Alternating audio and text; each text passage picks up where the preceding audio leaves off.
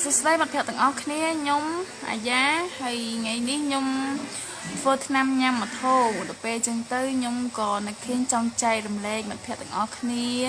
ដូចទៅជាបងប្អូនដែលគាត់មានជំងឺប៉ះពាល់ដល់បេះដូងហើយនឹងជំងឺថប់យប់ឡើងយើងអាសាថប់ចឹងណានេះថ្នាំដូចជាមានក្រូចឆ្មាហើយនឹងចេកណាំវ៉ាហើយនឹងស្ករសទៅ3មុខទេនិយាយរួមទៅបរិមាណវាគឺស្ករស1គីឡូក្រូចឆ្មា1គីឡូហើយនឹងចេកណាំវ៉ាបកហើយយកទៅថ្លឹង1គីឡូកុំឲ្យលើសកុំឲ្យចាស់កុំឲ្យខ្វះទាំងអស់ហើយខ្ញុំគឺមិនមែនផ្សាយផលិតផលឲ្យអ្នកណាទេគឺនេះជាថាថ្នាំតាំងពីយូរយាយហើយម៉ាក់ខ្ញុំគាត់ចេះចឹងទៅគាត់ធ្វើញ៉ាំទាំងអស់គ្នាតែខ្ញុំញ៉ាំទាំងអស់គ្នាអាសាថប់ពេលយប់ចឹងណា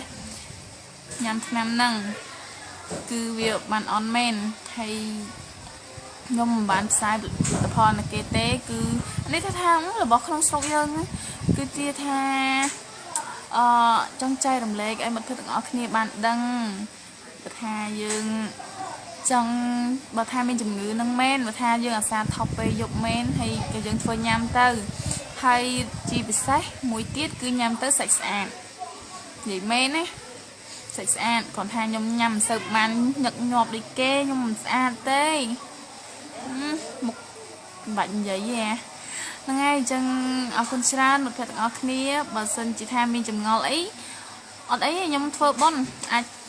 សួរខ្ញុំបានណាគេខមមិនសួរមកថាគេធ្វើម៉េចតែមើលតែប៉ុណ្្នឹងក៏យើងយល់ហើយនេះខ្ញុំទុកតែចាប់ផ្ដើមត្រាំកន្លះខែក្រោយបានខ្ញុំញ៉ាំចឹងអូខេអរគុណច្រើនមិត្តភក្តិទាំងអស់គ្នាបាយបាយ